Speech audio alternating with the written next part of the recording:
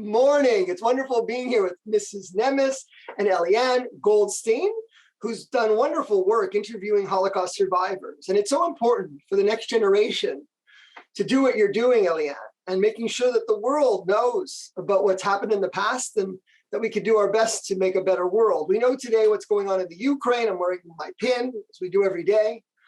And we hope that together we can build a better world with people like Eliane helping us. So Mrs. Nemes is a Côte Saint-Luc resident, right? You're Côte Saint-Luc resident for how many years? Like 50. It's good that you have the time to be with us today and to tell us your story. You know, these are difficult times in the world, and you've lived the life of a survivor, and you're going to tell us today about what it was like going through the Holocaust. So first of all, how old were you at the time when the war started and they invaded Hungary? I was 16 when the German come to Hungary, but I was 17 and a half when they take me and my mother to the concentration camp. But we live, we have to, until we are there, we have to wear the yellow star, and we have the time when we're able to go out or not. And it was very scary for me. And I went to the high school, and I was afraid somebody doing something bad for me, because the young Hungarian men did bad things to the Jewish people. So I begged my mother to stop going to the school, and she said, but I have to learn something, you know, to make a living. And I want to be a designer, but I can't continue to the school because they don't take me because I was a Jew. So I have to learn something else. And I learned how to make men underwear. And I remember in Europe, it will be 3 years to get your paper. You qualify for anything if you want to make a store or a factory. And I wear the yellow star when I went to pick up my paper. And young people, it was very hard because last time I forgot to tell you, the Hungarian people take us a village in Hungary, about 60, 70 people to a village, and the German thought, they call them thought, they was German, but not SS. They are very good to us. We did some work, I don't remember what, but my mother was in the kitchen, and we have food, but we live in somewhere in the village. I remember the name, but it's a very small village, and my aunt was with us, and my mother gives something for somebody to let us go, and we went home. My aunt stayed, and these German people save all the people who stay there. They stay alive. And the next day, because we went home, they pick us up with my mother and me and take us walking from Budapest to the German border. When did you go to the concentration camp? Do you remember what year? I was 17 and a half. I don't remember when year. You can count it. I know. I 17 and a half. And my mother was, I know, they taught us winter. I don't remember date. I marked it down, but I don't remember exactly. It was winter time, and no, it wasn't winter. It was fall, and we walk, and the man was much weaker like the woman. And we walked 2 weeks to the German border. But then I don't know what come to me. I screamed my father's name because he was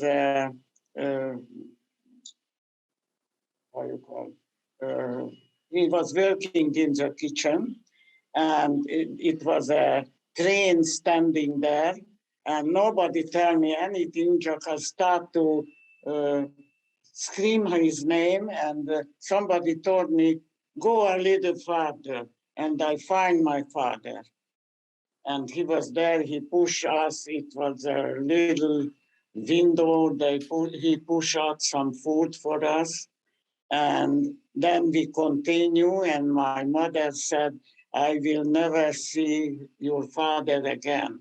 And I said, Ma, don't talk like this. We will live through this. But she was right. She never saw him again because she was dead already when he got home. So you were born in 1927. What's your birthday? 1927, April 9. Did your mom survive war? She did, but she died after 2 months because her heart couldn't take it anymore.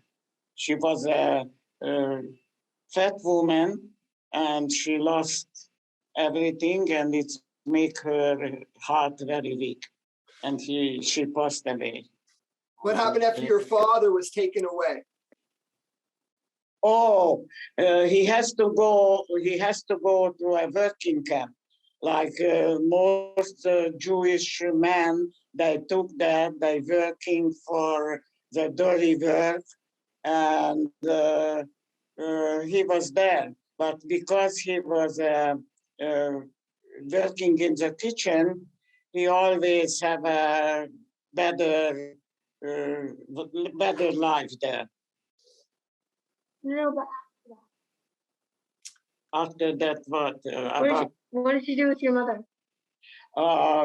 Yeah, my mother, we have to leave our apartment, and because they take everything for us, that time the radio, the bicycle, it was a big thing. We don't have television or telephone, and so it was a big thing. We have to give them everything what we have, and we have to leave our apartment. And my mother rent a small room for us, and we in the same building, and we lived there for a while. And they choose houses when they put the yellow star outside to put like a ghetto, but not exactly, because everybody has their own room. And my aunt has a building, 5 or 6 apartments was in it, and we moved. All the family moved there, and we were together, and they took us from there. So you were telling us that you went to 3 concentration camps, and the first camp that you went to was in the fall of 1944, I think. Could you tell us what happened in each camp, in the 3 camps? Tell us. First camp we went to Mauthausen. it was a, oh no, Ravensbrück, excuse me. It was Ravensbrück, and it was a woman camp. And we were in hell, and we can't move. They take us to a big room. We can't even bend. It was so many people. And later on, they put us in some place when every 2 or 3 people has a place to lie down. And every morning we have how I spell it. We have to stand 5 people, 1 row, and they count us, and they suffer us. They don't give us food. We're freezing. We have wood shoes. They take us what we have, and they give me like a duster. And it was terrible. And then from there, we were there for a while. Then they take us to other place called Venusberg. But I find out this is not a city name. It's like when I tell Côte Saint-Luc. So, but I didn't know the other name. It was a plane factory, and we have to work there. My mother was working in the kitchen, and so we went every day. And one day, when we get get back to the place, we saw 1 woman and 1 man hanging. And they let us go around, and they said the man was a German soldier, the woman was a Jewish refugee. They fell in love, and they escaped, and they catch them and hang them. And about 1 week, they hanging there, and they told us, if you try, it happened with you like this. It was a small place, and we were about 500 healthy young people who were able to work. And when they take us for Mauthausen, we were about 100. All the rest is died. And what did you do there at the 3rd camp? Did you work there, or what happened at the 3rd camp? Yeah, I work, the 2nd camp, I work in the factory, the airplane factory. And then a political man who was there, political reason, maybe he felt sorry for me, because almost every day he put some package on my table, and sometimes apples, sometimes sandwich, always bring me something. And I can't even thank him, because he showed me, don't do anything, just take it, because they have more life we have. Mhm. We have nothing. We have lace. We have, I don't know how a person to live through this.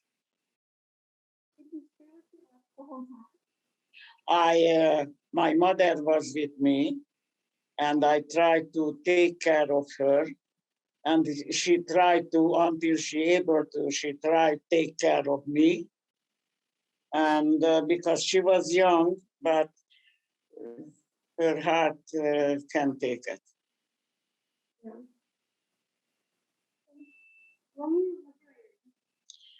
We liberated, we went to the third concentration camp, Mauthausen, yes. And then is a Hungarian man who opened for us to go in, and he said, you go into the The gas chambers? yeah, gas chambers, yes. And forgive me, sometimes my head stopped. I'm 95. And we going like, I think we wasn't alive. And we said, okay, we're going to the gas chamber. But they didn't take us. I think they don't have time for that because after 2 weeks, the American make us free. And I remember I was stand up. I want to do something for my mother, and I stand up. And when I stand up, I fell down. I don't have any energy at all. I don't know how I able to put myself together. It's terrible. It's not, you know what? Some people don't believe it, but it's unbelievable to believe a person went through this thing and still alive. Yeah.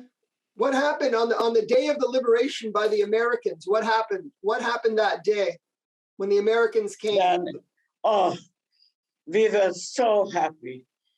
We were so happy, and they was shocked when they saw us. They was shocked. And right away, they want to give us something. And it was a big, I didn't know it was a big place. We were with gypsies. We were down.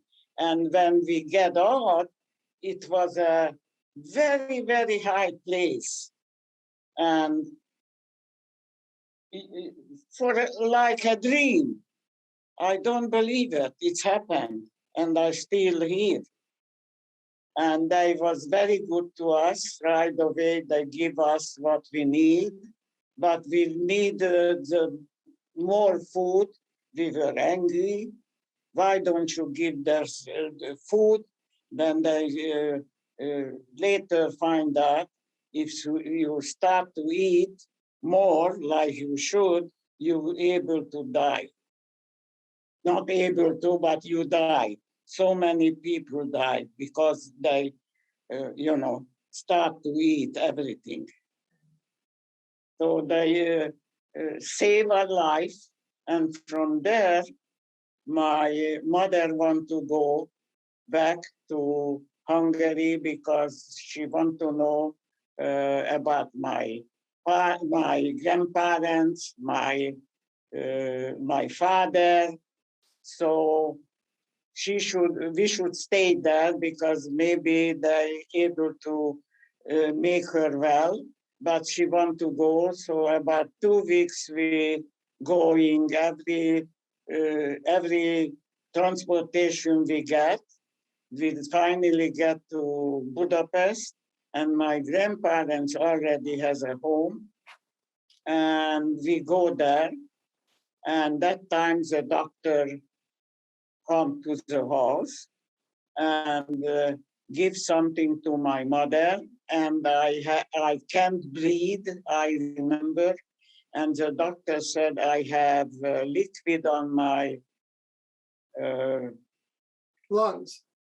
lungs, yes, and the doctor come out and bring a big needle about look like half a meter and take out the liquid. And the doctor tried to take care of my mother, but the end he said he had to take her to the hospital because he can't help her anymore. And then I never asked my grandparents how they survived the ghetto, what they did, how I never asked them. That's why now, for my family and anybody who interested, I talk. I talk to my son a lot lately because I want him to hear. But I have CD when I talk. Somebody on the coming center interview me, and I have a CD, and so it happened when my husband died. It was very hard for me, but I find the march of living, and they give me back my life to live again, give something the generation to remember us, remember people who went through what I went through. And I then. How many times did you go on the March of the Living? Since your husband died? I went 4 times. 4 times. Every times we have 2 doctors and 1 rabbi. So I met lots of beautiful people, the chaperone, helping with take care of the kids. And for the survivors, always have 2 people who take care of us. If we can't walk that place, they take us with taxi, or they help us any way they can. But it wasn't easy. But I feel so good. I give back something. I able to give back something because my husband never get over it, his loss. He was all his life, every June, he knows they take them, his family June. And every June, one of the Sunday, he choose and he fast all day for them. And he lights a candle, like, you know, then what you do for the not living. The memorial candle. When did you come to Canada? What year? What year did you come to Canada? Thank God for the Hungarian Revolution. I see myself now how I came. The only difference was they don't kill us if they catch us. The border was open. My husband doesn't want to come. And I said, if I have this chance, I want to go because I don't want my son have to through what I went through. And we can't bring with us anything because if they saw some package with us, they know what we want to do and bring us back. So I close the door and put some on all of us, and we just walk. We walk. My husband was born in a smaller city, but he knows so many people there. We go there, and he gets friendly with one of the people in the train, and they put us a place when the people who check the people don't see us. And how we get to, what is the name, the border, we went to border Hungary and Austria or Germany, I'm not sure. Okay, and then that was about 1956. What year was that? What year was that? 1956? What year was that?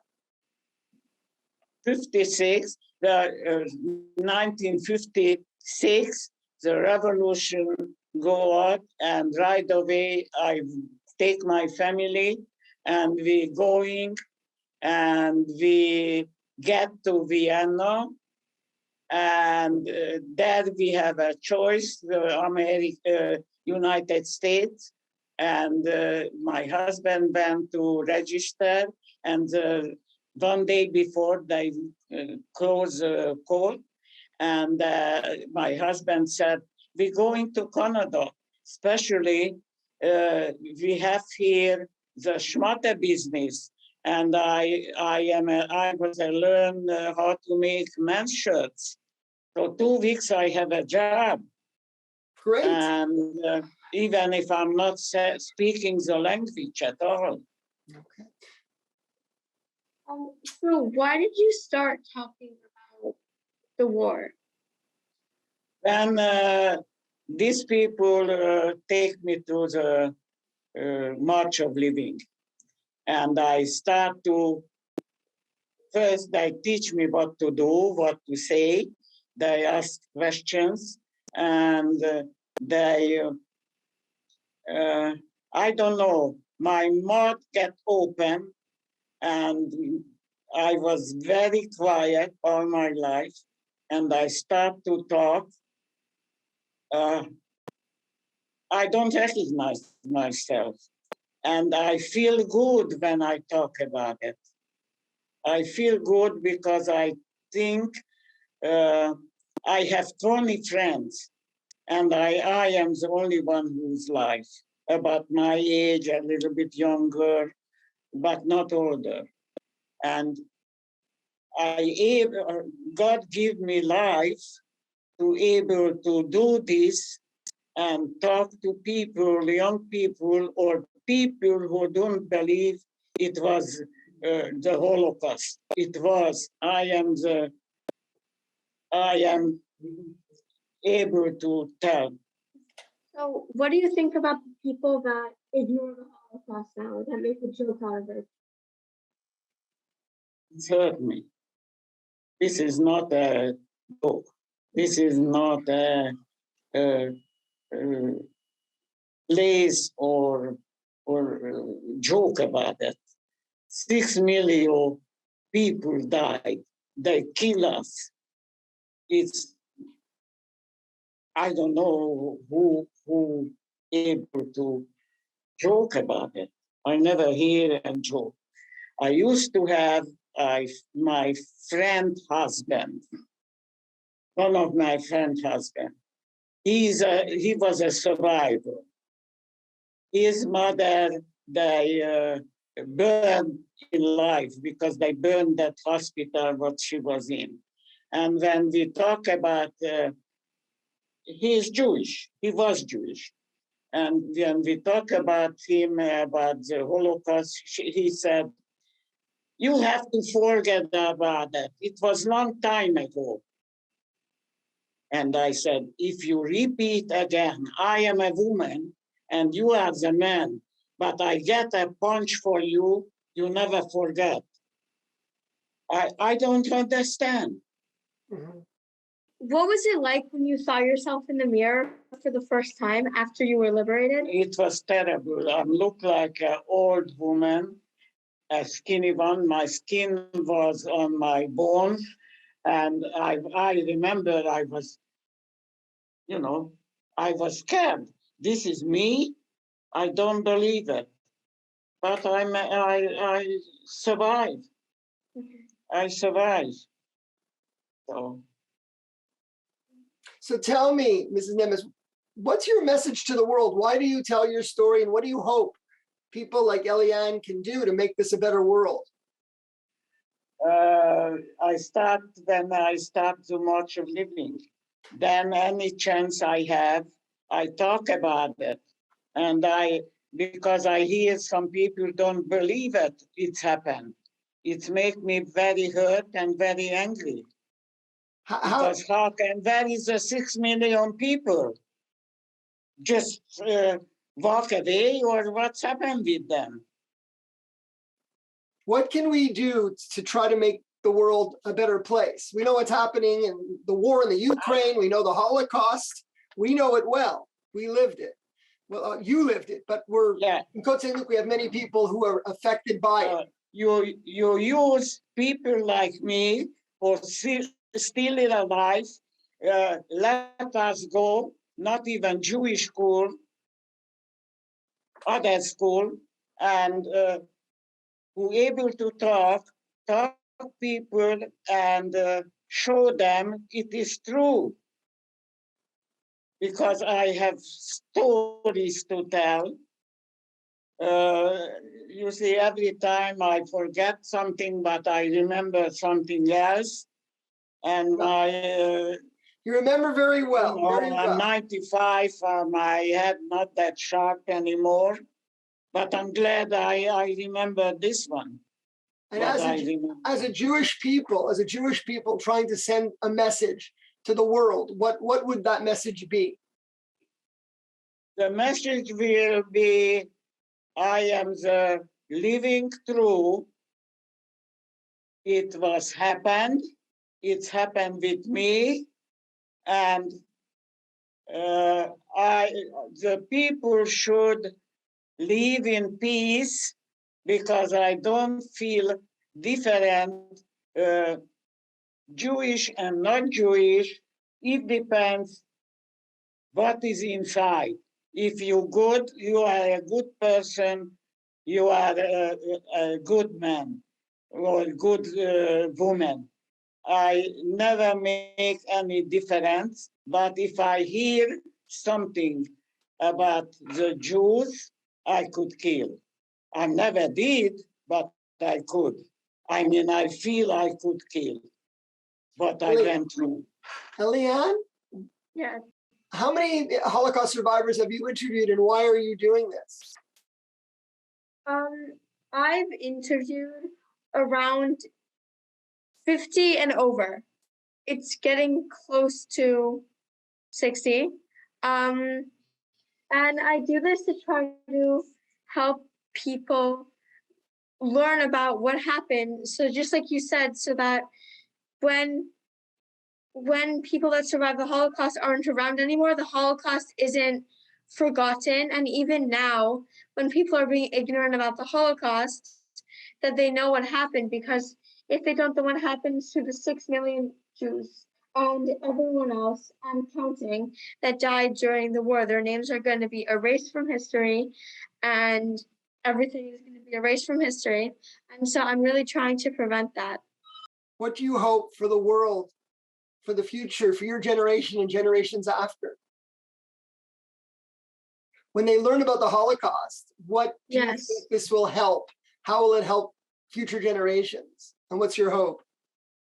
I think that it will help future generations be more open to different people and to prevent things like this happening again. Even little things like saying like little anti-Semitic things, like saying "Hey Jew," and slurs like that. I think that it'll help prevent that if they knew the history behind a lot of the anti-Semitic things that they would say. And I think that it would just help make the world a better place for the future generations so that they'd be able to live in a better place. So where do you go to school?